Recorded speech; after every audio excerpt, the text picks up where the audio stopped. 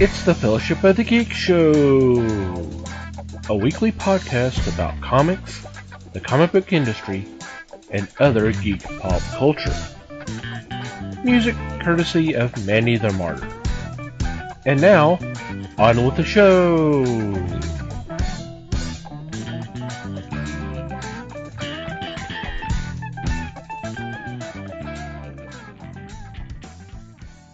Hey there, everybody. It's the Fellowship of the Geeks podcast. My name is Thomas Chick, and joining me for this episode is Mike Marlowe. Hey, gang. Les Webster. Hello, all. And Liz Newman. Hello, everybody. How are you guys doing? Blood and guts all the way. Hope everybody out there is doing okay. And this actually hits Christmas Day, so Merry Christmas, everybody. Right? Good Lord. Merry I guess Christmas. it does. Woo. So what's been going on in your corner of the galaxy? I mean, heck, before in pre-show we was talking about ho ho ho. I don't. Different kind of hoe, I think, but okay. Different kind of ho ho ho. I don't know if I have a lot. I can't really. I don't think I've done anything. Can't really sort out the wheat from the chaff here. Right? I don't know. There was something I was going to bring up that I watched that was really good, and I can't remember the name of it now. Oh, yes, I remember now. If I can pronounce his name right. I started this last week, and I think I started to talk about it with Guillermo del Toro. I finished his Pinocchio, and oh my God, I love it. I absolutely love it. It'll be one that I will definitely watch over and over again. If you grew up with Disney's Pinocchio, which of course I guess it was made before I was born, but it's kind of the same story, but it's not. It's totally not. So I never read the actual Pinocchio story, so I don't know which one's closer. I know Disney does have a way of Disneyfying stories, but I'm going to compare it to the cartoon, not the live action, because I have not seen the newest one that Disney did with Tom Hanks. But at the beginning of this one, spoiler alert, but this is the first 5 minutes. You're going to find out in the first 5 minutes of this show. But it shows him and his son, Carlo, and kind of shows you the relationship he has with his son. And, you know, what a good kid he was and good father and that kind of thing. Well, then his son dies. I won't say how he dies, but his son dies. And you see that grieving process. You see Geppetto go from an upstanding citizen where everybody knew him and valued his work to just this drunk, you know, that cussed at everybody and everything else and, you know, cussed at God. Why did you take my son kind of thing? But then Pinocchio's born. And there's a few stories that they did cut out from the cartoon. There's no turning into jackasses. There's no smoking. There's no drinking. That whole scene was replaced with a different scene, which I actually enjoyed better.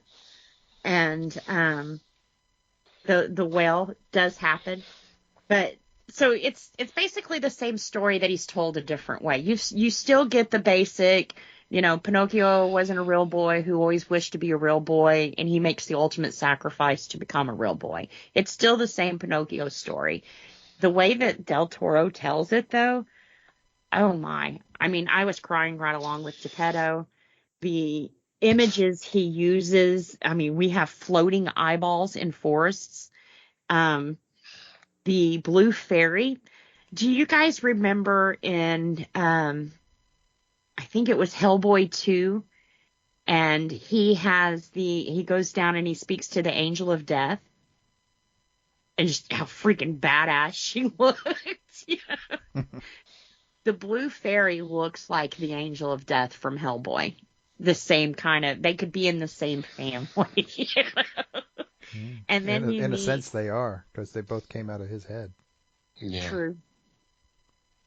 And then you meet like the blue fairy's sister, who's kind of in control of death.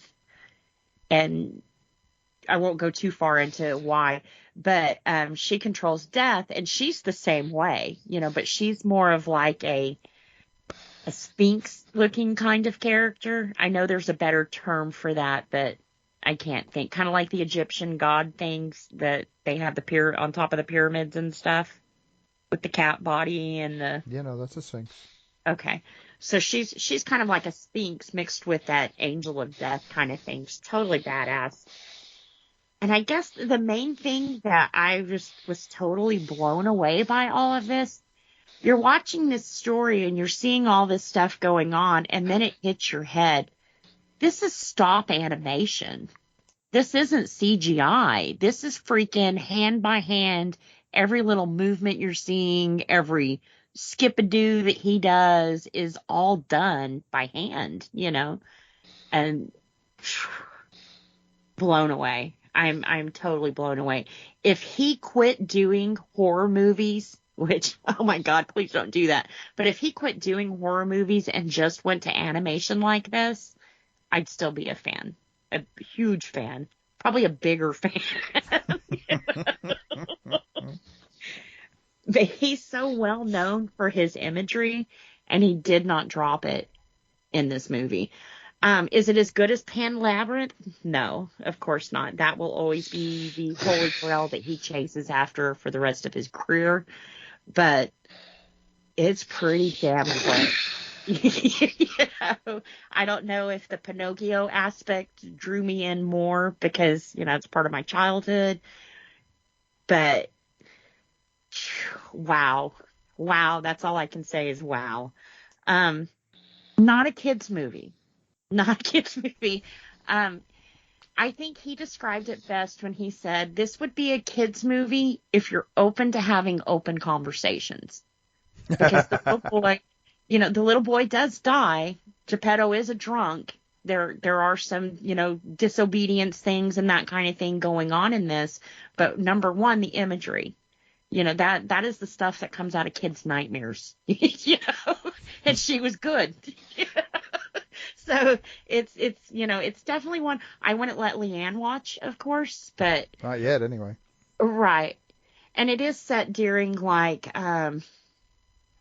Mussolini. Was that World War I or II? Two. Two. So I think this is right before II. Well, not right at the beginning of World War II, when the bombings and stuff were still going on. So, you definitely need to talk to them about war, death, alcoholism. You can't burn your friend's feet. If you're going to talk to them about war and death, you might as well just cover all of the four horsemen. I mean, come on. Right. Leanne knows 3. Hanging around you, I am not at all surprised by that statement. But yeah, if you have not seen this one, I would definitely totally 1000% tell you have to see this. Especially, I'm a Disney fan. I've always been a Disney fan. They could turn into the devil and I'll still be a Disney fan. Probably be a little bit bigger a Disney fan. But it's definitely not a Disney story, but you're going to get the same story.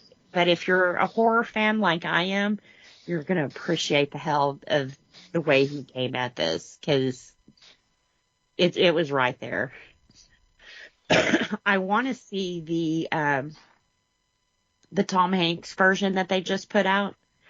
I haven't seen a lot of people talk about it, but I guess it's good. But after seeing that one, I would like to see what they did. See the counterpoint? Yeah, well, Disney has a way of glossing over things like that. I remember in the cartoon, we knew that Geppetto had lost his son, but we didn't know how. We didn't get to experience that. So when we see him, sad and everything else, you don't really understand why. Because, you don't know. Well, Did the mother take them? Because the mom's not around either. Disney, of course, the mom ain't around. But, right. the That's not an mom's original not Disney either. thing either, by the way. But Yeah. anyway. So it's kind of they glossed over what Del Toro shined a light on. This is the ugly side of grief. This is what it will do to you. It broke this man. And, And that's... telling that, Del Toro telling that is one thing. Disney telling it to a 5-year-old is entirely different. Right. So, yeah. Totally. So this would be the more grown-up version of that. So, yeah, I really, really enjoyed that one. Cool. I think that's all I really got into, though, was that. Sounds like you got pretty well into it, though. Yeah. Which is good. Well, Phil had started it with me, and you know how that goes. We got about 20 minutes into it, and then, He's gone. Right? But he told me, he was like, I would really like to watch that. And it was like, whoa. Well, here's Phil your wants chance to watch watch it again. Pinocchio. Right. Now Do what? Now you can watch it again. Right. And I did. There you go. See, that's why that's why it's all you got into, is because that's all you've done all week is keep watching that movie. Keep watching that one. That and Elf. Yeah. Every time it's on TV. Which it has been a couple of times this week. I'm sure it has. I'm sure it's not the last time either. And I'm thinking maybe, I don't know. I'm thinking about breaking my rule and Friday going to see Violent Night. Ooh. I keep seeing things, and it's like, you know what? Maybe this will be that one movie that grabs me. Can't wait to hear that review. And leave it to be a horror story, Of course. So I think I am going to go see that one. I've seen David Harbour do a lot of interviews, and I want to see what he says, but I don't, because I don't want to get spoiled. So it's like, just get it out of the way. Go see it. You want to. I was waiting for streaming, but I want to see it before Christmas. Well, you're still in the Christmas spirit, I guess. Right. Well, I've never understood that with the comic books and things. They'll start it in, like, the very end of December, and it goes until, like, March, and it's like, or, May or whatever. And it's like, why didn't you start this? Because they're not going to sell it in September. That's why. It's too early. Give me a one-shot then, because I don't want to read about Santa Claus in February, That's the deal. You bundle it up and release it as a 4-issue trade. Yeah. It's the smart thing to do. I'm wanting to say that Klaus, he did it on a weekly, so it finished up not too far after Christmas. And it's like, that's the way to do it, Get me excited after Halloween for Christmas, It's not a bad idea. Yeah. Because who celebrates Thanksgiving anyways? Yeah. And I learned this Thanksgiving, there are no good Thanksgiving stories out there. None. I don't know. I think I heard one recently that went over pretty well.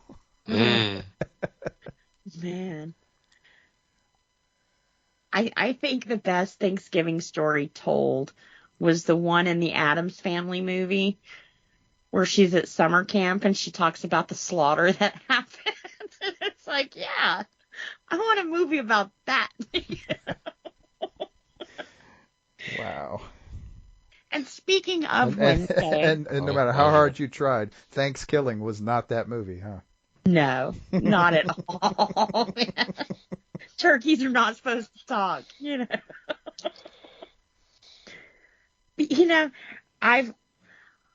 I think I was very, very good when everybody, the hipsters and everything else, came and invaded the comic book world. I think I even made the comment of, yes, the more people who are into it, the longer it'll stay around, and we'll get some good movies out of this and everything else. Well, here we are, 10, 15 years later, and they're still in my world. But now, now Wednesdays come out. And now every little hipster and preppy girl thinks that they're goth. And it's like, no. You can't watch a TV series and decide that you're goth. Goth finds you, for one. But comic books and goth, these are the two things I got my ass kicked for in high school. You can't do this. This is not cool. Find your own thing to be an outcast with. But that's not how people work. Oh man! Everything is cyclical. The deal is it's coming back around now. Get over it. I can't. I'm goth. I think, and part of what I'm so upset about is their ideal of goth is not goth. It's emo. And there's totally big difference between the two, Mm-hmm. Emos are more about your feelings and goths are more fuck your feelings, So two totally different people, two totally different genres in music. I mean, they're not the same thing. So I don't mind you being emo. I really don't. But leave the goth world alone. And like I said, goth isn't something that you can put black clothes and black lipstick on and be. It's a lifestyle. It's a way of life. It's not just an outfit you can change. Well, you know what the solution to this problem is, right? Get them out of my world. No. Quite the opposite. Start wearing pink and bows? No. Train them. Do what? Train them. If you're going to have a replacement in the goth world, you should train them. Show them what it's like to be goth. Saying, we need to replace the Hellhounds with Chihuahuas. Yeah, but the Chihuahuas will grow. You feed them enough souls and they will grow into Hellhounds. That's the way it works. You were a Chihuahua once too. Yeah, I guess I was, but I can't ever remember waking up one day going, oh, I think I'm going to be goth today. That's pretty cool. By the time I actually slapped a label on it, I was already in it deep into it. You understand the point here, of course, is that if you training them will scare them off. True. That's the deal. True. It will scare off the ones who need to be scared off, and the other ones will just come in and you can embrace them. They will be the true replacements. And if not, they'll be good ass kissers. Some of them will, and who knows, that might be beneficial at some point. Absolutely. I say we weed out the first half by issuing them their first rat. Yep. There you go. See? You're already getting the hang of this. But I am not surprised. I'm not, because once again, people are like, well, we didn't think Wednesday would do that well. It's Addams Family and Tim Burton. Of course this was going to do well. Oh, you're not biased at all. Mm-hmm. They were born in the same genre. There was no way for Tim Burton to screw this up. He is what he is and the way he lives, and that's the Addams Family. So it's kind of like this is second nature to him. There was no way for him to screw that up. So I will eventually watch it, maybe when the popularity of it dies down. Can't watch it while it's cool. That wouldn't be goth enough. No, that would ruin my cred. And I definitely won't be on TikTok doing any dances to it. That's kind of like, oh, that's not the goth thing to do. You're not on TikTok anyway. What are you talking about? They want to show you how goth they are on TikTok. Yeah, you kind of defeated the purpose.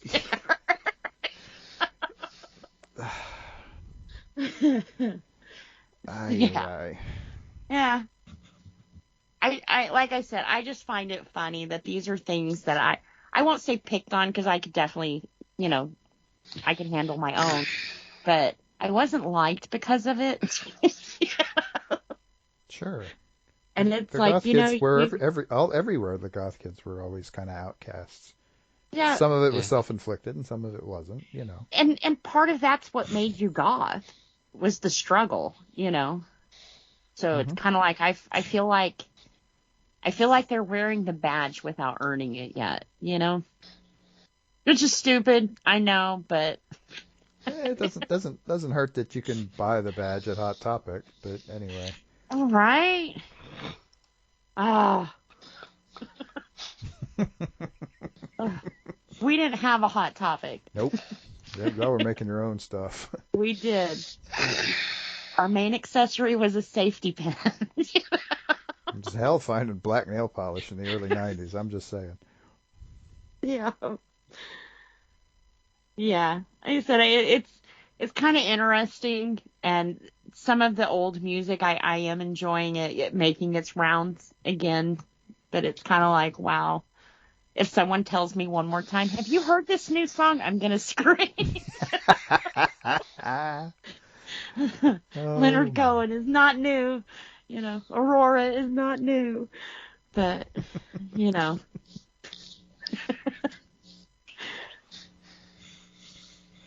Oh, man. I don't know if I can. But would I be goth if I welcomed them? No. So. Well, I mean, it's fine if you have to let them worm their way in somehow, or tolerate them for a bit, or whatever it is you have to do. That's fine. Yeah. But then you can then the test really begins. Well, I think this Barbie movie needs to hurry up and come out so they can hurry up and move along. Move back to your bows. In your pink little world. I don't even have words for the idea of a Barbie movie.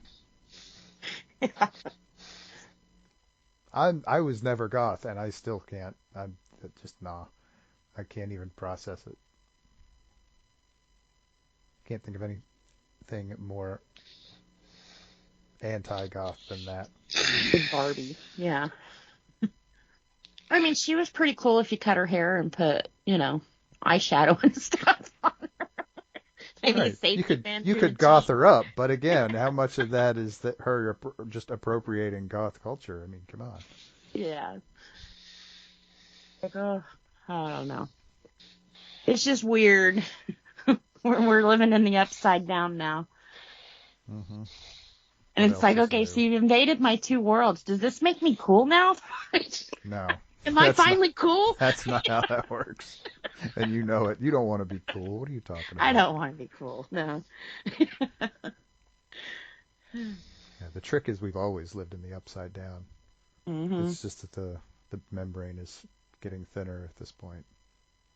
Well, and most of my upside down was to keep people away from me. And now that we've flipped back right side up, I guess, they're all coming in, and it's like, no. They're coming at you, and you still want them to stay away. Cthulhu, where are you? This is the bottom of the ocean. Everybody knows that. Come on. Why have you forsaken me? Come eat these guys. There's always other elder gods you can rely on. Don't worry. It's true. Yeah, that's my little upside down world.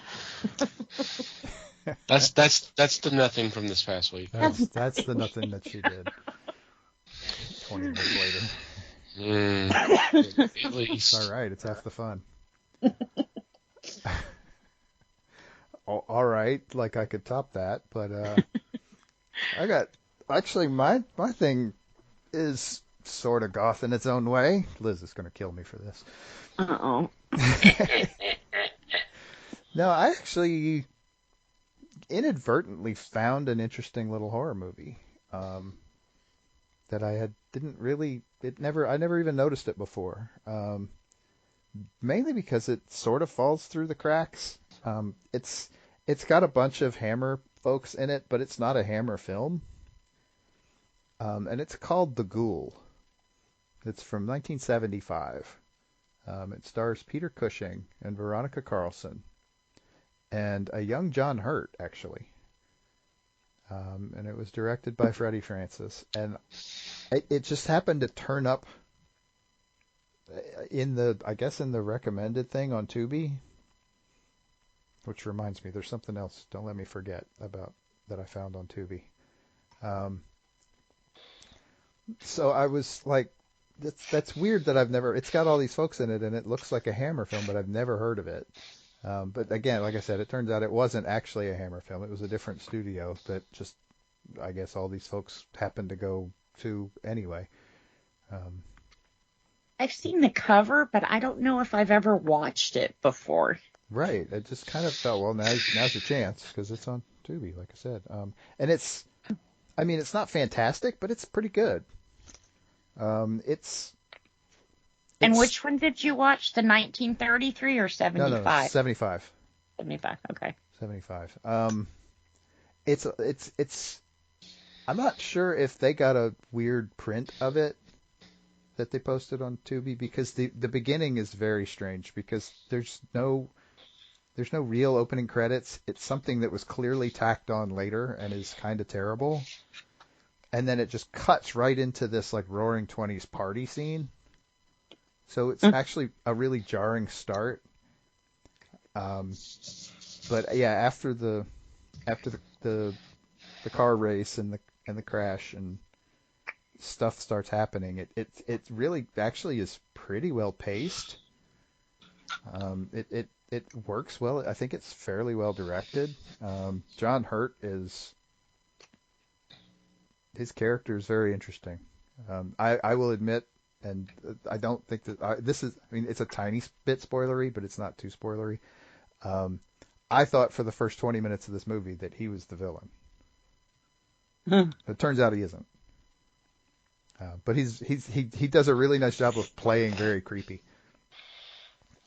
And Peter Cushing, this is not one of those movies that they list Peter Cushing as the main star and he's in it for like 3 minutes. This is not one of those movies. He's in it. He's in it a lot from about, I don't know, 20, 30 minutes in on. He's definitely, he kind of even carries it for a while, but it's an interesting story, kind of, and so it was a little different in that regard. And the way, one of the ways these British movies, horror movies, work is they're really good at teasing the monster. They're really good at not showing you the monster, but he's there. They show parts and stuff, and it's so. But I liked it. It worked really well. I thought so. It's definitely worth checking out if you're into that sort of thing.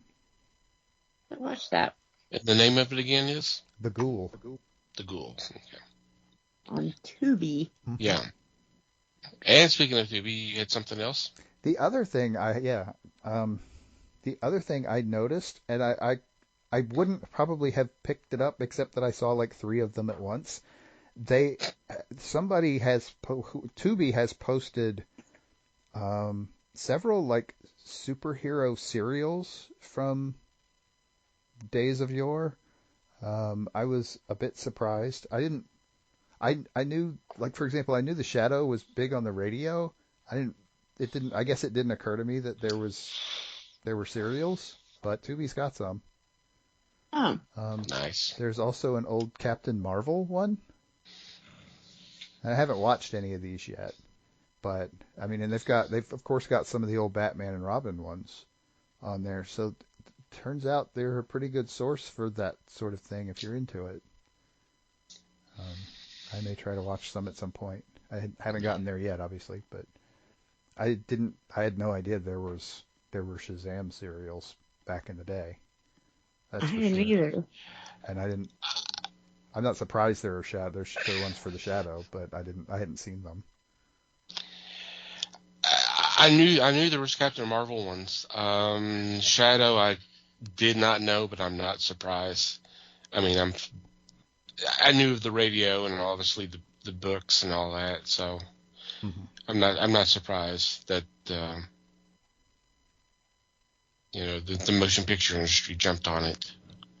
So They jumped on a lot of things back then. Some of yeah, them have even survived to the modern day. But yeah. Have you seen them, Les? I knew that they were there. I have not watched them, but yes, I knew there were serials for both the Shadow and Captain Marvel. well, they're out Okay. there if you want to watch them. Dun dun dun. Yeah, it's time just to sit back and bask in them, because if they are, I don't know if they are true to the serials, but you're looking at what 13 episodes usually, because when they were originally shown, there was 13 episodes that gave you 4 serials in a year. You have 52 weeks. That's 13 episodes per serial. Right, which today would be like over the course of like 6 years or something. But yeah. Yeah, if you go by the timetable of Star Wars, yeah.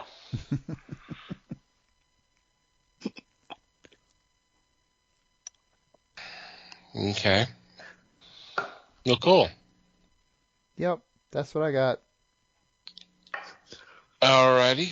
How about you, Les? Couple things. I took in a movie. I guess this is the main thing. I took in a movie on Ray Gun, the service that you can find bad movies, and this was a bad movie. It's called The Chilling, 1989 movie. Oh, that's a bad start right there. And it had 3 stars in it, and I don't think it had much of any stars for it. But the 3 actors were Troy Donahue, Dan Haggerty, and Linda Blair. This tells you how bad it was. Yeah, so we're using the stars very loose. The word stars very loosely here. Gotcha. Yeah.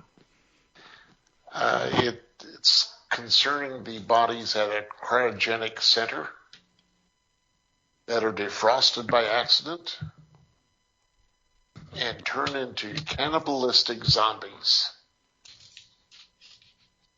Oh, that old yarn. Yeah, so it's time to take a bow now, because that's about.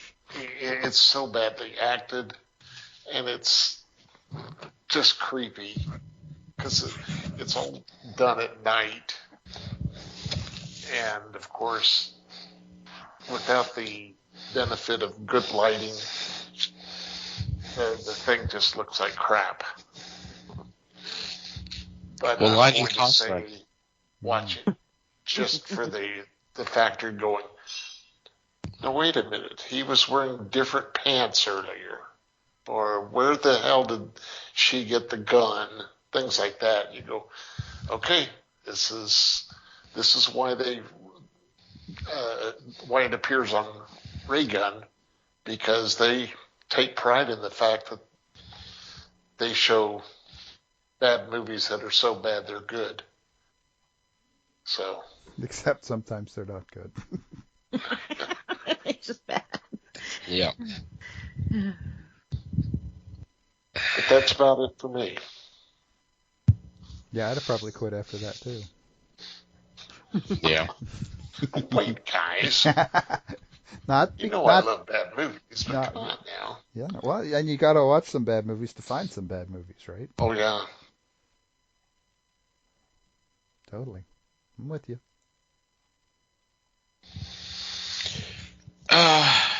Okay.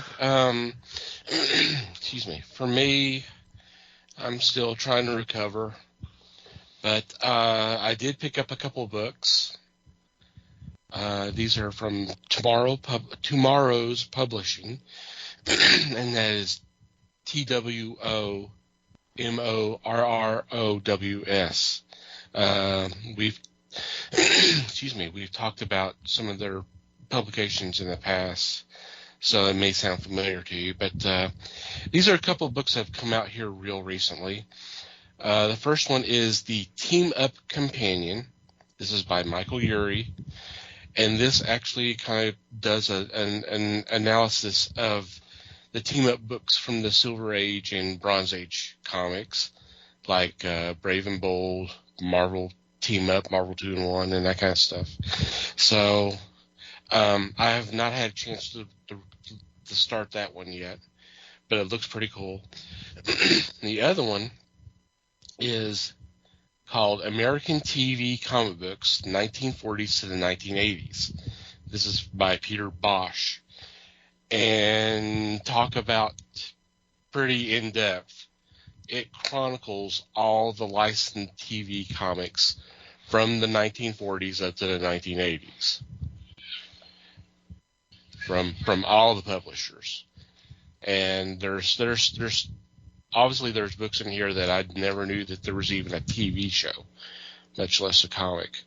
For example, I saw this when I was kind of flipping through. Did y'all know that Disney did a Hardy Boys series? It starred Tommy Kirk and Tim Constantine. Yes. Yeah. That used to be a serial for the Mickey Mouse show. Mouse Club, yeah. I want to say, I mean, not other than I think Les had mentioned it before. I don't know that I'd never seen any of it at all. So, I mean, it's pretty in depth, and it literally goes year by year, and it has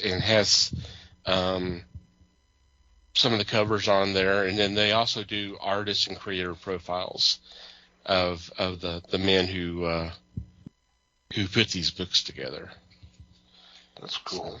So it's just glancing at it, it's really interesting because it's like I said, there's stuff that I was familiar with the TV show, but I did not know they had a comic book, but I shouldn't be surprised. And then a bunch of TV series that I didn't know even existed, and somehow they did get a comic. It may have been only 1 or 2 issues because the show only lasted 1 or 2 issues, but I mean the show lasted a couple episodes. But I mean it's all there, from Adventures to Bob Hope all the way up to like the A-Team and beyond. So I used to read Bob Hope, Jerry Lewis, several DC titles like that. There are times I would really like to read those. I just don't see there being enough interest where they would do like a collection. And then you also have to deal with, okay, do you have to pay the estate anything? Because it's their likeness, you know. Mm. Yeah, it would have been easier back then when they didn't have stuff like that. Yeah. They didn't have all these legal rights and things, you know. So, but yeah, the one I wanted to check out the Adventures of Martin Lewis, and then later Jerry Lewis. I kind of wanted to check those out, but yeah, I don't know how you can get your hands on those. That, I'm sure, is the trick. I'd like to find that myself. It sounds pretty nice. Yeah, like I said, it's just a question if there's enough interest and they think they can make enough. It's like, you know, I have higher priorities. I want them to keep doing some of the Silver Age and Bronze Age stuff. I want some of that stuff collected. It still kicks. It still, they've done collections of the Golden Age, Superman, Batman, and Wonder Woman. It's like there's other characters too. Why not the JSA? Especially since there's appears to be so many fans. I think there's an interest in collecting some of that stuff. And in the Silver Age, you've got once again you got Superman, Batman. They finally put out some stuff for Wonder Woman and Justice League. How about and Green Lantern and Flash? But how about some of the other characters and some of the oddball stuff? I mean, they do occasionally. It's more Silver Age than Golden Age or Bronze Age. In Bronze Age, they've hardly touched it all. It's like, okay, we are now, in some cases, 50 years away from that stuff. I think it's whatever's holding that stuff up. I think we're past that. So let's start seeing some of that stuff again. So I don't know. They're not talking to me, so. Unfortunately. Maybe we should talk to them. Maybe if we talk about it on a podcast or something. Who would do that?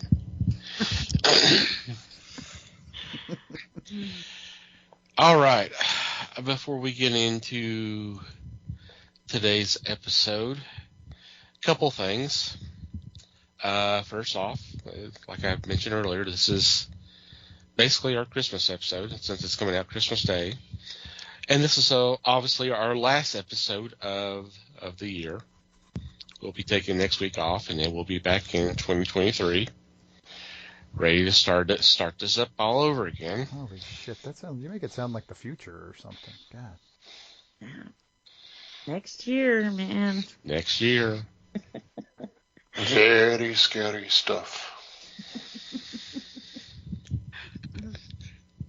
And we do have a Discord where we kind of meet up and hang out. We'll post a lot of news items, stuff for discussion, stuff to laugh at, all that kind of stuff. So if you want to hang out with us when you're not listening to the podcast, there's usually one or two of us there all the time. Discord is free to sign up. The app is free in whatever app store you want to use. We do have an open invitation on our website, www.thefellowshipofthegeeks.net. And come join us. Yeah. Please. We're pretty good at making ourselves laugh, so maybe you'll be amused too. I'm freaking hilarious. Well, that was out of Liz Field. Wow. And tonight's laughter will be brought by Liz. She's our own laugh track. We need to get that Ricky Ricardo laugh. What the hell is that? Clearly she hasn't practiced that one much. Yeah. Sound like Heckle and Jekyll. I'm going to have to find it. Hang it. Here we go. Your rain was better than that. So.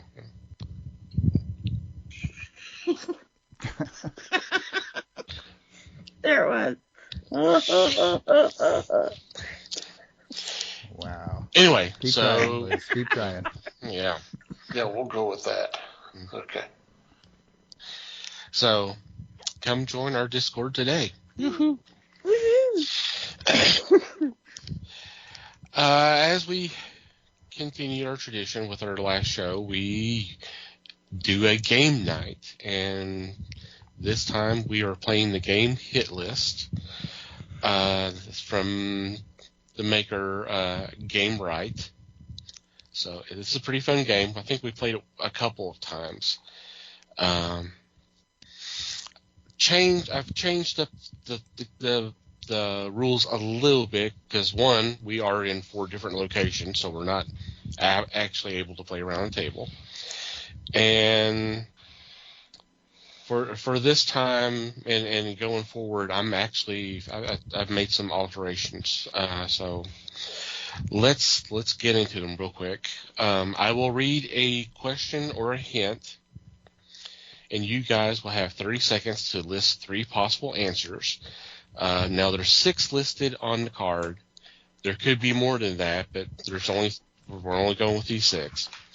So for each one you match, Here's all grabbing paper. Mm-hmm. We're like, shit. Oh, you forgot. We You forgot. need pen and paper. Yes. I thought I watched the wrong movie again. For each answer you match, you get a point. There's one that is highlighted or in bold, and if you get that one, it's 3 points. So before it was usually that your first answer had to match that special answer, but I've changed that. I'm trying to give y'all get some more points so we can avoid some tiebreakers. So many here. ties. Yeah, we've had a lot Yes. of ties playing this in the past. So, Whether that's because we're all good at it or terrible at it, we'll leave that up to the listening audience to judge. So there will be. Hey, I'll just tell them we're bad. So there's going to be 5 rounds for each game. So let's do one just to kind of get you warm up, okay? Oh, sure. And a pencil. Sure. Les, are you ready? Yes, sir. Dang it, go in there. What? Okay. Everything was sticking up out of the drawers. Like, dang, just give me a pencil. Okay, I'm good. Well, I don't know about that, but Air quotes, good. okay. So let's do this test question. Mm-hmm. And once again, you have 30 seconds. So when you're done, just say let me know you're done, and then I'll stop the clock and we'll go from there. Okay. All right. One-word film titles that begin with the letter G. These are one-word films that begin with the letter G. Go. God damn. That's 2.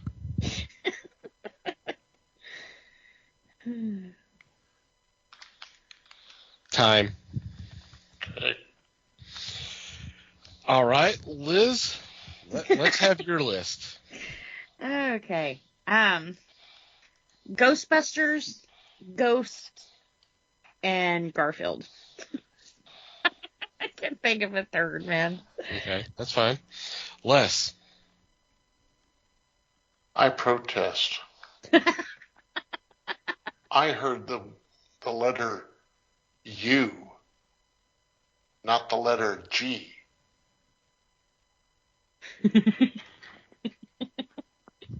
So let's get 0 point. Yeah. Yeah, I'm out. Give us your U movies then. Yeah, definitely. Give us your U movie. just for That that. sounds Nothing. free.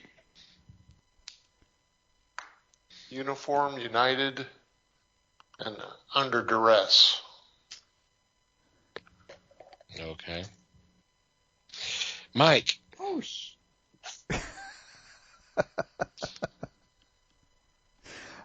Okay. I actually only came up with 2, which is bad. I came up with Godspell and Gigli. And I kind of hurt my own feelings with Gigli. Okay. You got Godzilla. Mm-hmm. You've got The Great.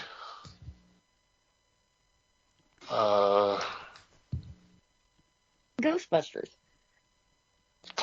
Here's the list, because we don't want to hurt Les's brain here. So we've got Ghostbusters. We have Gravity. Grease. Godzilla. Gladiator. And Goldfinger. Oh. We even had a dog named after the Gladiator movie. What, Indiana? No, Spark. The dog's name was Indiana. And when we got real mad, it was just Sparta. Okay. Let's start. Yeah, because that went well. Yeah. Yeah, it's gonna be a long night. I know. That starts with a G is just painfully specific. That's all I'm gonna say. Okay. Okay. This is not a movie starting with you, right? Correct. No. Okay. Well, you can go ahead and answer that one again if you Oh, want. hell no. Unbreakable? Yeah, there's one. There you go. There you go. All right, here we go. Songs with the phrase rock and roll in the title. Songs with the phrase rock and roll in the title. Go. Rock and roll? Yes. I'm done. I even have real answers this time. Mm-hmm. All right, time. Okay, Liz. I could not think of any with rock and roll in the title, so the only thing I came up with was rockin' and roll around the Christmas tree. Oh, good Lord. Okay. Les. How about Rock and Roll Boogaloo? Rock and Roll All Night. And I failed on the third. Okay. Mike. I love rock and roll. Rock and roll fantasy. And I could be wrong on this, but wasn't there a Led Zeppelin song just called Rock and Roll? I think so. There could have been. It's not on the list. Well, that's fine. But... All right. How did I forget Joan Jett? Mm-hmm. Y'all are gonna kind of groan at some of these. So okay, first one. Oh, like we wouldn't on any of them? Okay, here we go. It's still rock and roll to me. Okay. Okay. Well, Billy Joel, no problem. Old time rock and roll. Yeah. Yeah. Rock and roll all night. Rock and roll music by Chuck Berry. Mm-hmm. I love rock and roll. Woo. And the special one is I'm just a singer in a rock and roll band. Moody Blues. Didn't even think of that one. So, cool. Guess what? We have a tie. Yay. Les and Mike with one. Woo. You mean mine wasn't on there? Strangely, no. That sucks. The one you just made up? No. Maybe Okay. next year. Maybe next year. The ink is still wet on the copyright, right? Mm-hmm. No patch on. Mm-hmm. Maybe you could get Mariah Carey to sing it. There you Oh, go. no. Oh, It'll Lord. die before it even starts. Ink crawl back up in the pit.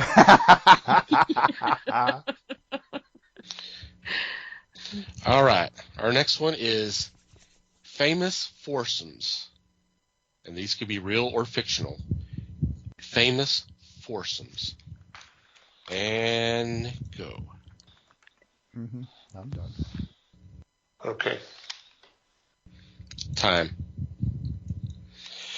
Okay, Liz.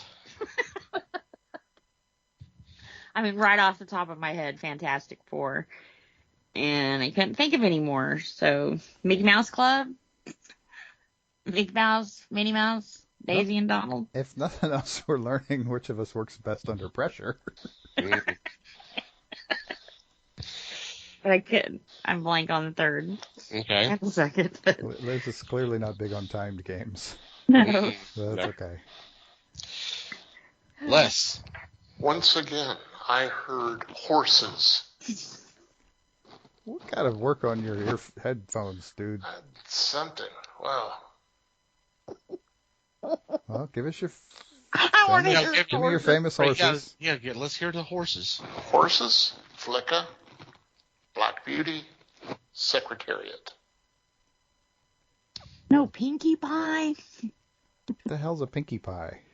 She's a horse. She's a My Little Pony. Ah, okay. And here, my little Tim Burton brain was thinking, that sounds delicious. Sweeney Todd. Mm-hmm. Okay, Mike. The Beatles, the Monkees, and the Fantastic Four. So Liz and I have an answer in common. Okay, Mikey takes the lead. You got one. The The Beatles. foursomes they list is ABBA, Oh, God. the Beatles, Yay. the Golden Girls, the Ghostbusters, Lord. the Teenage Mutant Ninja Turtles, and for the bonus, which makes no sense, but that's what they put, is Mount Rushmore. No, there's 4 faces on Mount Rushmore. Well, yeah, I know that, but still. I mean, the rest of them are either characters or living people, although, I mean, they're faces of living people. So I don't know. Anyway, I thought it was a little off, but that's just me. It's definitely a different one, for sure. Mm-hmm. Can't believe Oh. I forgot the turtles. Mm. Okay. Next one. Cartoon characters who wear glasses. Got that, Les? Cartoon characters who live with their asses. Yes. I think we might have a little bit of a passive-aggressive protest going on here. Yeah, I think so. All right, here we go. And go. Okay. Time. Jesus. Okay, Liz. I have Mr. Peabody, Dexter, and Thelma. Okay. Les. Very good. I have Dexter, Superman, and Hong Kong Phooey. Okay. Mikey. Okay, I have no excuse for this, but I only came up with one, and it was Clark Kent. Okay. I just completely blanked. Okay. Another oddly specific one. And I had to search my database, but cartoons are a little cool. I buckled under the pressure. Okay. Liz wins that round. The list Good. is Velma Dinkley, Dexter. One I would have been really surprised if anybody said it. Chucky Finster from Rugrats. Yeah. Millhouse. Simpsons, yeah. Mr. Magoo. and the special one is Uncle Scrooge. Okay. I don't feel so bad now. Okay. Round 4. And if Round 4. anybody's interested, it is a 3-way tie. Oh, wow. Of course. No, Mike's got 2. I made a comeback. You all got 2. We all have 2. Oh, That's why it's a 3-way tie. okie dokie. Okie dokie. All right, here we go. Items in a child's bedroom. Items that are in a child's bedroom. And go. Okay. Okay. Go figure, the 2 people with children. Shotgun first. Mm-hmm. Time. All right, Liz. I have toys, dirty clothes, and a bed. Okay. That's Les. a little boy's room. Very vague. Mm. Well, the question kind of was it a girl's bedroom or a boy's bedroom? Well, you can also ask, how old is the child? True. Because you never know what he's got under his mattress. Most Very of those true. start with P anyway. But anyway. As a mom, I learned not to look.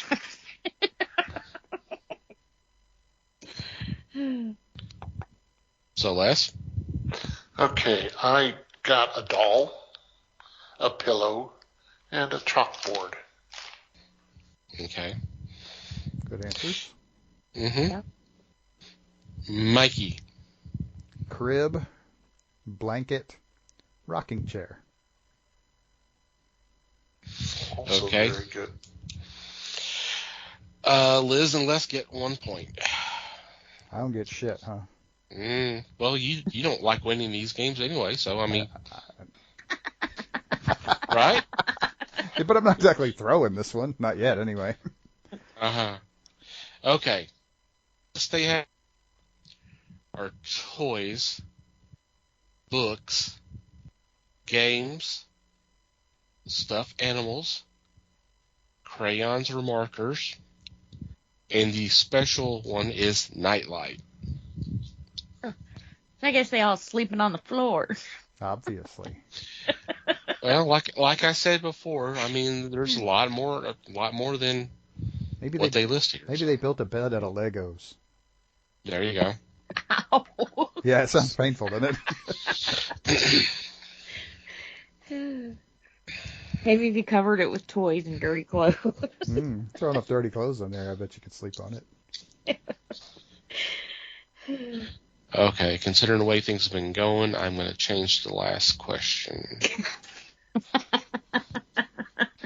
We haven't misbehaved, have we?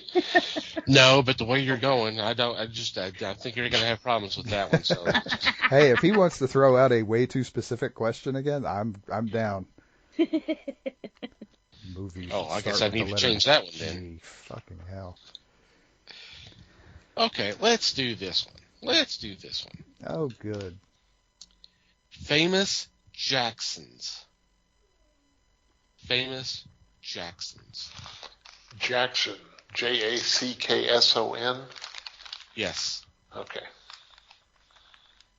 And go. Okay. No, I'm done. Okay. All right. Okay, Liz. I have Michael Jackson, Andrew Jackson, and Janet Jackson. Okay. Les. I have Michael, Janet, and Phil. Okay. Oh, cool. Didn't think of that. Mikey. I have Michael, Andrew, and Curtis. Okay. Curtis Liz Jackson is 50 Cent. Liz has 2, and Les and Mike have 1 each. Surprisingly, Michael is not on this list. That is incredibly surprising, as he is Wow. literally the most famous Jackson ever. Yeah. Well, I mean, we've On got all 3 of our lists. the first one is Samuel L. Okay. You got Janet. We have Andrew. We have Peter. Fair enough. We have Jesse. And then the special one is Reggie. Oh, hey. Huh. Mr. October. Mm-hmm. And with that, Liz wins the game. Wow.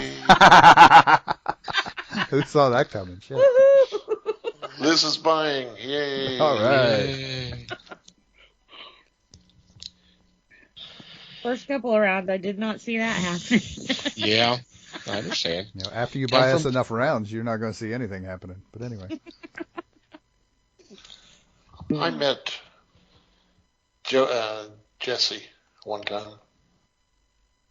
Cool. Oh, yeah? Cool.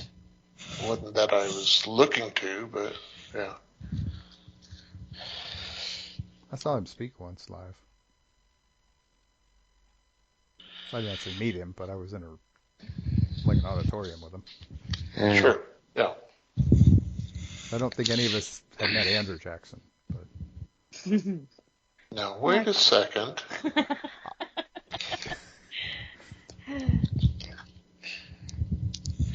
All right, let's do one more game, and then that'll be it.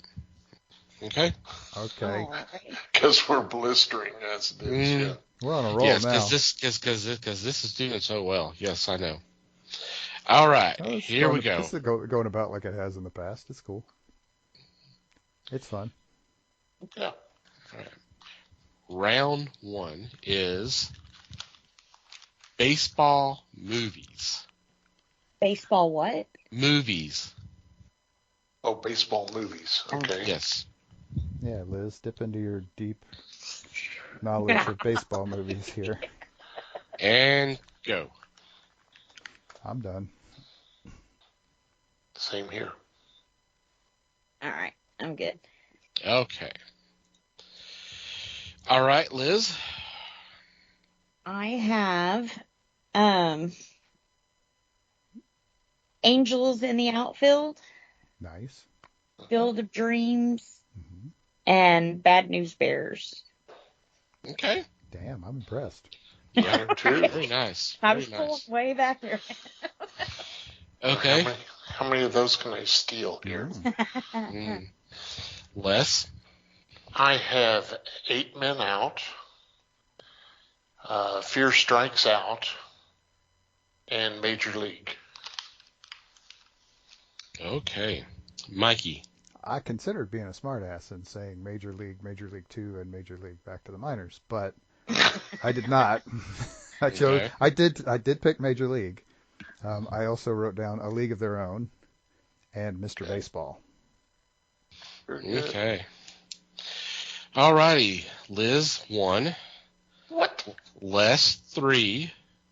Oh. Mikey, 4. Oh, Because both of y'all picked Major League. That was the special one. Oh, cool. Oh. All right. The list is A League of Their Own, Field of Dreams, Bull Durham, The Sandlot, Moneyball, and Major League. I almost went with Sandlot instead of Bad News Bears, but All right. How does that give me 4? Because Special the special one's 3 points. Oh, right. And you, Okay. you got Okay. A League of Their Own I as well. forgot. I was so. thinking special was 2 points. Okay, never mind. We're good. All right, let's do this one. Magical phrases. Magical phrases. And go. And time. Okay, Liz. I have Abracadabra, Open Sesame, and Poof. Okay. I couldn't think of it. Usually when I say poof, something happens. Okay, Les. Usually I have to check my drawers if that happens, but okay. That damn dresser just gets out of hand sometimes. That's it.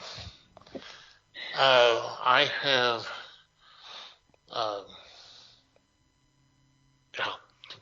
take a look here. Alakazam, Bibbidi Bobbidi Boo, and what was it? Trying to think of what Liz said too, because I had it. Anyway, Poof? I got 2. No, not Poof. Good Lord. Not checking my drawers. Okay, Mikey. I only came up with 2 also because Okay. I was too proud to write down Poof. I came up with abracadabra and expecto patronum. Okay. All right. Liz, 2 points. Les, 4 points. Mike, 1 point. Bibbidi bobbidi doo. Big Beat it all. Boo is Did the special one. Yes. Nice. Who'd have thunk it? All right. The list is Presto Changeo, Open Sesame, Abracadabra, Hocus Pocus, Alakazam. So, all right. Very nice. Damn. Hocus Pocus. Dang it. I was afraid Liz was going to say, I love peanut butter sandwiches. I almost threw an old Swami out, but Given that list, I'm just obviously it's been too long since I watched a bunch of Bugs Bunny cartoons. 'Cause damn. Okay. Well, I want to know, what age group is this? What age group is answering these questions? I have no idea. Is there not an age range on the box? I'll have to get the box to look at it. All right. No, I'm just wondering because with our movies before, they were relying on really recent movies. Yeah. Well, but then also go back to the famous Jacksons. We got Reggie Jackson. I mean, when did he retire from baseball? Mid-'80s? Late 80s? Yeah. Yeah, but he's been in movies. Not that many movies. He was in Basketball. Okay. That was the 90s, right? Mm-hmm. He was also in... One of the Naked Gun movies. Yeah, he was in the first Naked Gun. Yep. Which is right around the same time frame. Right in the gap. So yeah, I mean, these seem to be skewered a little bit older. But okay. Okay, wait a second. Let me. Older than children. I'm trying to get the thought process in now. Okay. He's checking his shorts again. Yeah, sounds like it. He's trying to channel his inner 35-year-old. Mm. Okay. All right. Round 3. Common fears. These are common fears. Ready? Go. I'm done. Okay. Les, you said you're ready too? Yes. Okay. And Liz's problem is she can't narrow it down to 3. Like only 3? Just pick the first 3 to come to your head. The problem is that she gets like 9 or 10 at once, and it's hard to narrow it down. It's time. As we're distracting her. I spaced on my third. Okay, Liz. I have spiders, snakes, and monkeys. Wait a minute. I said the third. You were just on an animal kick there. And Yeah. by that time, you're like, oh, monkeys are First cute. thing I'll put that popped in my down. head. Shit. It was a monkey. All right, Les. Hey, it was the monkeys. Mm-hmm. I have fear of heights, fear of drowning, and agoraphobia. Which is? Yeah, I like cashmere better. That's Angora. Liz. That's Angora. That's different. Agoraphobia is fear of places, like being out at a mall or something. Like crowds. Okay. All right. You know, my social disease number 5. Yes, beyond monkeys. Yeah, monkeys is number 6. Yeah. You said first thing to pop in my head, and I just saw a monkey. So Maybe that was a poor choice of words with Liz. I don't know. Liz, are you afraid of monkeys? No, I'm serious.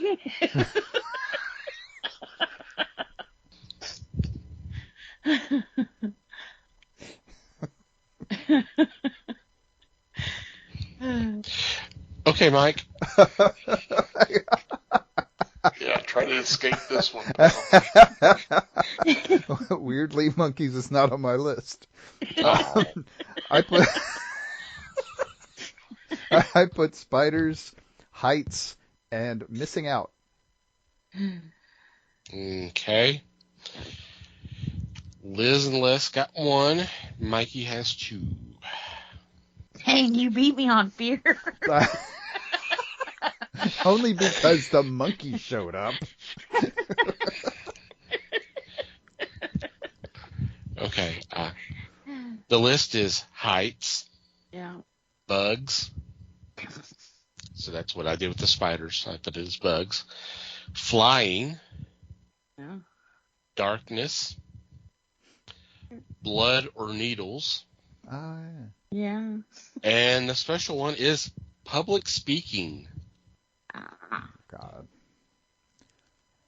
I mean, that kind of goes in with out and open. Yeah, that kind of goes with monkeys. Yeah, I know. Yeah, that's what I was thinking too. Monkeys are always afraid of public speaking. I mean, come on. That's why we keep them in cages.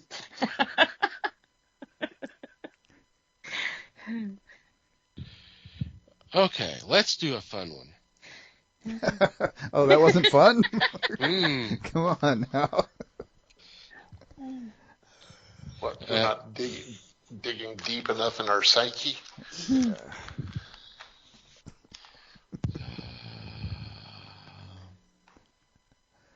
Okay, let's do this one. All right.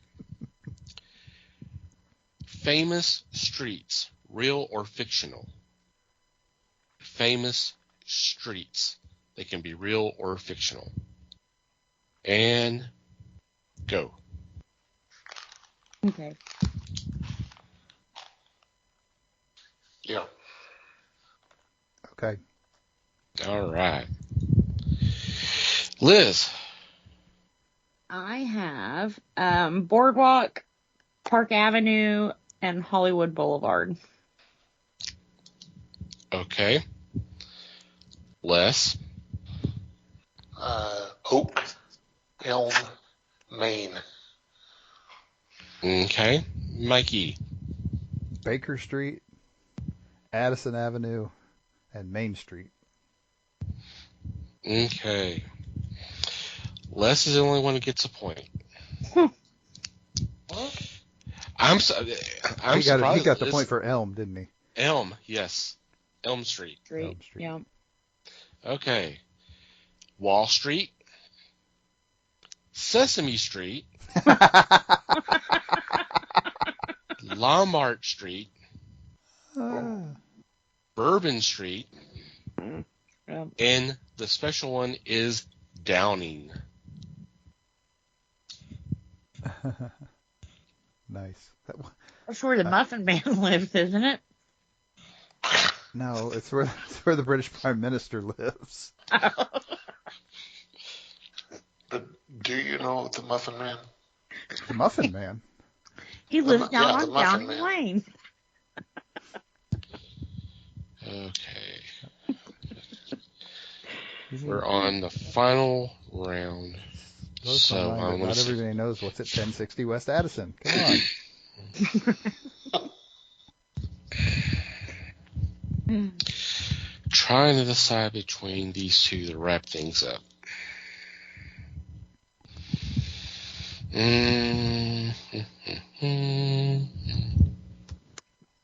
Well, let's just do both of them. This one will be final round, and we'll just play the other one for fun. All right, here we go. Musical duos.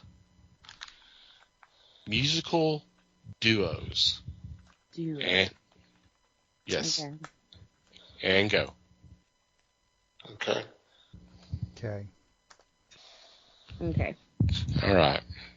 And Liz, monkeys are not duos. So. So, Liz, let me have your duos. My duos, I have White Stripes Paul McCartney and Michael Jackson. They did that duo once. And Sharon Bono. Okay. Sonny Les? Bono, right? Yes. Yeah. Not the That's YouTube what I figured guy. she won. Okay. Right. Okay, Les. Okay, for me, I've got Simon and Garfunkel, Everly Brothers, and Righteous Brothers, showing Okay. my age. I was Okay. going to say, there's an age thing in there. So yeah. Yeah. I wasn't going to make the Mikey. joke. I also picked Simon and Garfunkel, but also showing my age, I picked Pet Shop Boys and Brooks and Dunn Okay. because I was running out there at the end. Okay. Mikey got 2. Liz and Les 1. Okay. The list is Wham, Yeah. Hall & Oates, Sonny and Cher, Pet Shop Boys, Simon and Garfunkel, and the special one is Captain and Tennille. Oh, God. Yeah, they're special, all right. Okay, pal, I've had enough. Step outside. Let's go. You and me. Which one? Me or Tom? Yes. You. How dare you make fun of them? Well, I guess we get to use this card anyway because there's a tie. Yay. Yay. Les and Mike at 9. Wow. Liz has 6. So here is the tiebreaker. Cool. I'm going to let Liz play my pot. Go. Sure. You're playing anyway. Whether you're playing for less or not, you're playing anyway. Right. You can't lose your Okay. 6 points, though. Okay. We ready? Sure. Yep. Double or Fiction- nothing. Fictional planets. Fictional planets. And go. Jeez. God, I'm blanking. I totally. Give us 2 hours for this one, okay? I'll give you 45 seconds. Hell, I'll give you a minute. But that's not going to help me either. Yeah. I just I'm blank. done. Of course you are. Bastard.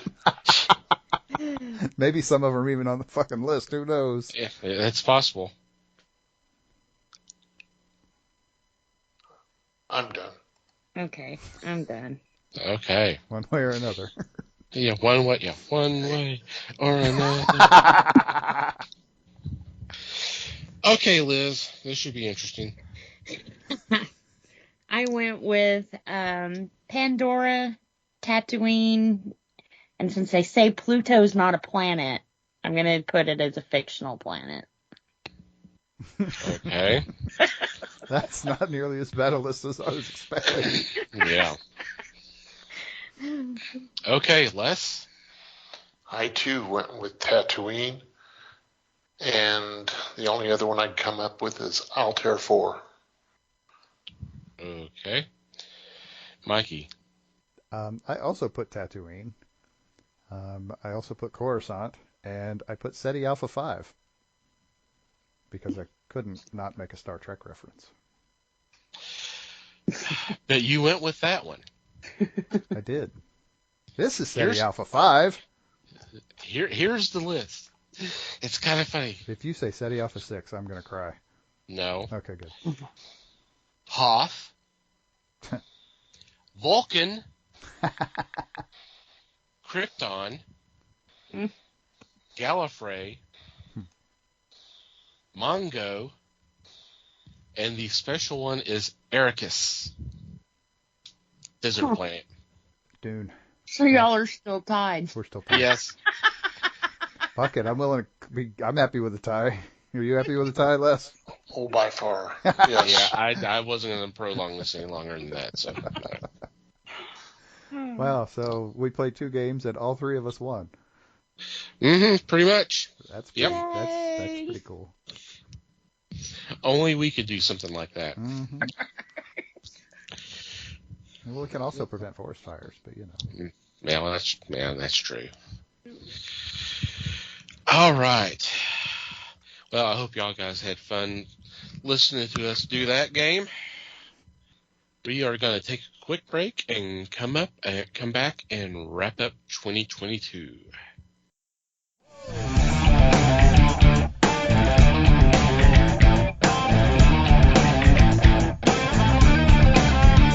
And we're back, and if you're a regular listener, you know this is usually our segment for geek news for you, but we are not doing that this week. We're kind of taking a break from that. It will be back when we start back up next year. So be apprised for that. I kind of wanted to share something, a little bit of a behind the scenes, pulling back the curtain, that kind of thing. And I wanted to kind of present something. This could be a little fun too, maybe a little bittersweet. We'll see. As you guys probably know from listening to prior episodes, or maybe infer from some of the conversations we've had, I usually do the scheduling. I'm the one who comes up with the topics and that kind of stuff. And I know there's good weeks, there's bad weeks, topic wise and all that. I get that. I mean, no one's perfect. But I do get suggestions from the other guys from time to time, and it's much appreciated. Little over a year ago, I got a suggestion from Mike. And from that suggestion, I actually came up with an idea for what was going to be January's casting call. I put it together and all that. I was excited about it, and then I was like, you know what? There's something in the back of my head that says, no, don't do this. We shouldn't do this. It's probably not going to be right.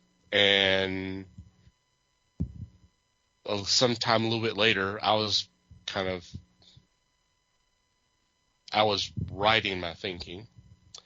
The casting call was going to be a rebooted Golden Girls. So it was going to tie into the 100th birthday of Betty White, which unfortunately did not happen. Yeah. Yep. So when she passed, I was like, well, I'm glad I didn't commit to that, because now that would really be bad, since it would be so recent. Yeah. So It would have been hard. it would have been hard. That being said, I had already put together a list, and I was pretty pleased with my list. So I thought, for fun, I would share my list with the class and get your opinions. This would be a streaming series for next year. That was the whole setup. And for those who are not aware, or if this is your first time listening, every other month we'll have one. We'll have one next month. It's usually the odd number of months. I have put together a casting call list. Most of them are tied to comic books, but it could be other things. And we're doing a TV series or a movie. We've even done animated movies at a certain time period in a certain thing. So for what was supposed to be for January of this year, we were going to do a 2023 rebooted Golden Girls series. Okay, are y'all ready for my casting call? Oh, sure. Yeah. Sure. All right. Right off the bat, Dorothy Zbornik, which was played by B. Arthur. I casted someone who's done a lot of comedy. She's done it as the straight person and as the funny person. You know, what do you want to say, idiot or whatever. She's done both, and she's really good at both. I went with Katie Seagal. I like that. Interesting. She's got that quirky attitude and everything else too, just like her. It's quirky, but she can also come off with a little bit of the temper and the bossy and that kind of thing. I think kind of a skillful combination of Peg Bundy and Leela from Futurama. Yeah. Yeah. Uh-huh. Okay.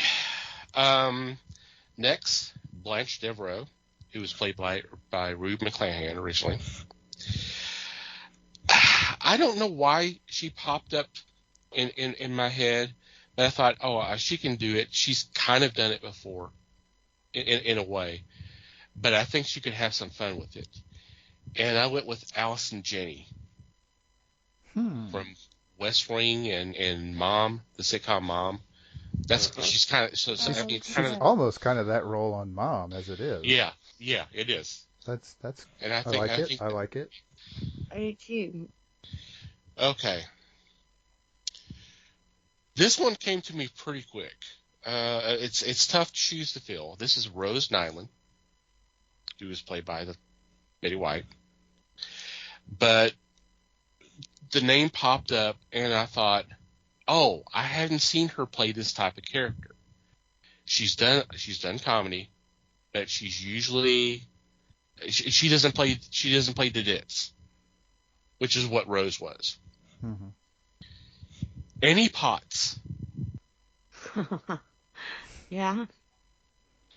That would be very interesting. I like that one, It would too. be fun to see her play the ditz. Yeah. Mm-hmm. And she's good enough she could do it. Yeah, she is. Okay, Sophia Petrello. Wow, easy for me to say. I'm having problems talking tonight. It's late. It's cool. Yeah, well, I've been having problems with dry mouth all night, too, so that's not helped. So this is Dorothy's mom. In the perfect world, my original casting was Betty White. Just as a tie-in. Yeah. But my second choice I thought would be great. I don't think she's played anything. She may have played something close to it, but not the same type of character. And she's a legend in comedy. Carol Burnett. Yeah. Ooh. Although you should have had the mother and daughter, Carol Burnett and Vicki Lawrence. That would have been interesting to see Vicki Lawrence in that Dorothy role. Yeah. It might be a little too close to Mama's Family, but it would be interesting. Yeah, to see her do it. She did that show with the little guy who just died. You're going to have to narrow it down a little more than that. Yeah, I mean, when I think of his name, it's like, oh yeah, he's the little guy. He did comedy and stuff, but they were like in a nursing home or something. Oh, Leslie Jordan is who you're thinking. Yes, Leslie Jordan. Yes. The little guy. Yeah, the little guy. Sure, why not? Okay. Hilarious, but. I have two reoccurring characters. The first one is Stanley Zabornik. This was Dorothy's ex-husband. And you know what? I just said, why the hell not? Since I cast Katie Seagal, let's go with Ed O'Neill. That would be fun. That would be. And for the other one is Dr. Harry Weston, who was played by Richard Mulligan, was spun off into his own show, Empty Nest, which I love. Richard Mulligan, I loved him to death. He was so great. He was a funny guy. He was very funny. So with him, I kind of went the same route. The kind and gentle man, great verbal, great physical comedy, and it was once a wild and crazy guy. A wild and crazy guy. Steve Martin. That would be awesome. That would be pretty good. And what would also be fun would be to try to get Dan Aykroyd in just one episode, then get them two together, kind of looking at each other. That would be fun. Yeah. That would have been. So that is my cast. So I thought it was too good not to share with the class. I like that. That was a good one for sure. So, all right. any special thoughts as we're wrapping up the year? Anything y'all would like to say? I know I'm putting you on the spot. Yeah, a little bit, but that's okay. If I was going to say anything, it would be take care of each other, because that's what people should do. Right? Yeah. Take care of yourselves and take care of each other. Mm-hmm. Yeah. Check in on your friends. Thanks for allowing us to become part of your regimen. Yeah, definitely. And thank you guys for putting up with me for another year. Well, your recall is still valuable, so. Wow. There's still time. We've got a few more days. Nope. Honestly, thank you for putting up with us, because we've given you a lot. That's true. We really do. That's true. I mean, you make it easy, but we still pick on you a lot. It's been all in fun, so I've had a lot of fun. There's love there. I mean, there's a little teasing, but there's there's a lot of teasing. There's a lot of teasing. We wouldn't tease you so much if we didn't like you. That's exactly right. If we didn't like you, imagine how hard we go after you. Oh, God. Right. I think, what the hell did I do wrong, man? You hear shouting, pull, constantly. First off, I want to thank all the guests that we've had on this year. Clint Gilbert and Lucas Cervinolini. I know I butchered the name. I always pretty close. Dan Price, Drew Edwards, Paulio Hernandez. We also had Amelia from Pitney Amelia's Bitchin' Boutique, which is a blast as always. Mm-hmm. And Kevin from the Jury Room podcast. So thank you guys as always. It's a blast to have you on. Well, y'all want to come on again, just let us know, and we're here. We'll make it happen. Yeah. Mm-hmm, mm-hmm. So, I want to thank you guys. This is always fun. I mean, we've talked about before that there's times where things you just don't really feel like recording an episode, and then when we're done, it's like, oh my God, that was so great. Oh yeah, every episode is gold in our eyes. Yeah. Not really. It's one of those things. But I enjoy the word together and doing the. I do too. You're not going to break into that Carol Burnett show song, are you? I'm so glad we have this time together. You did it. You said it. I opened the floodgates on that one. I was thinking more Lucy. We are friends of the friendless. Yes, we are. Yes, we are. Be kind to your web-footed friends. For a duck may be somebody's mother. Don't play around in the swamp because the weather is very, very damp. Now you may think that this is the end. Well, it is.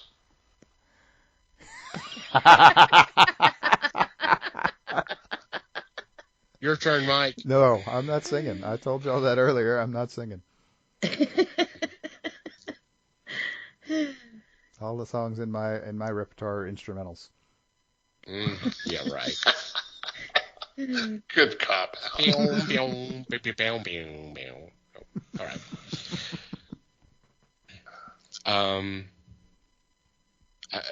It's we did some different stuff this year, which we're really sorry about.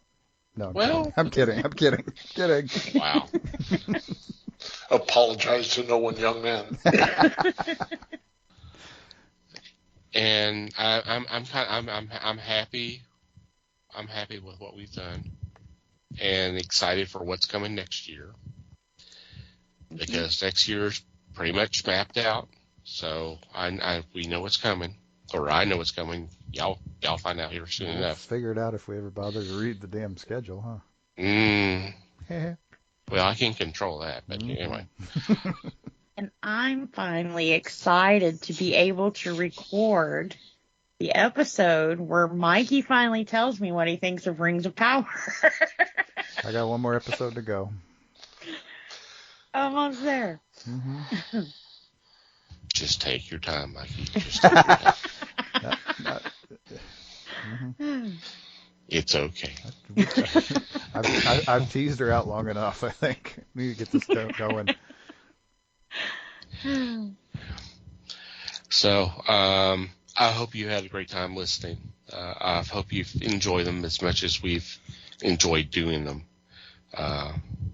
And we do appreciate the support as always.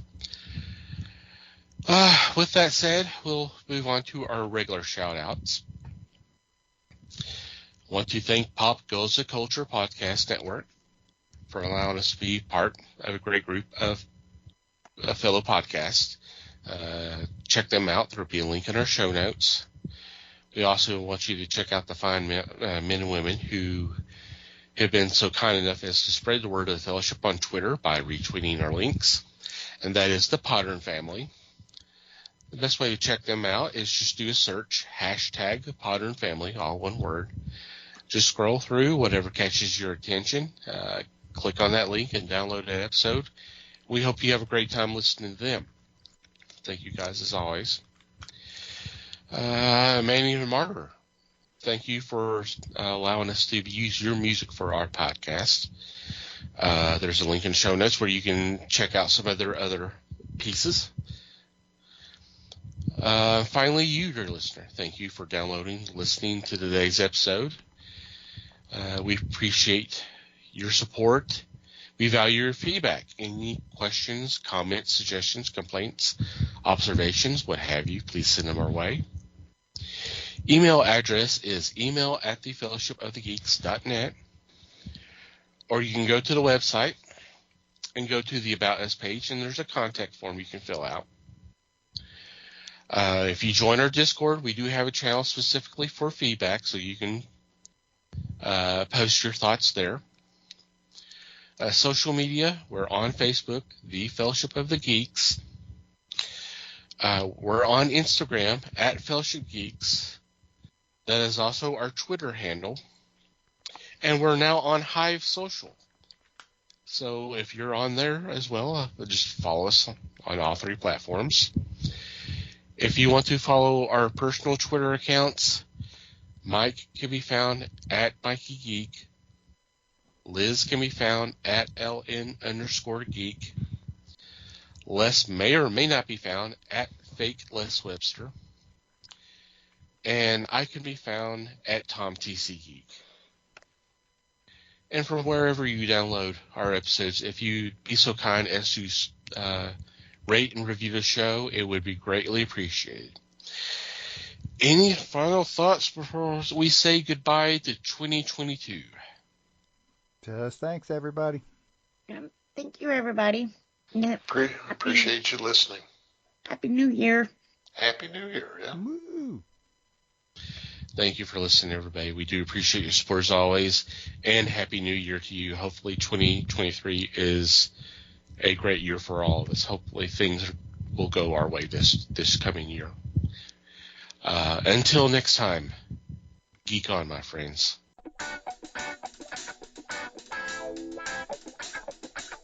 We thank you for listening to the show. Comments, suggestions, and questions can be sent to email@thefellowshipofthegeeks.net. You can follow us on Facebook @The Fellowship of the Geeks and on Twitter @Fellowship Geeks. Until next time,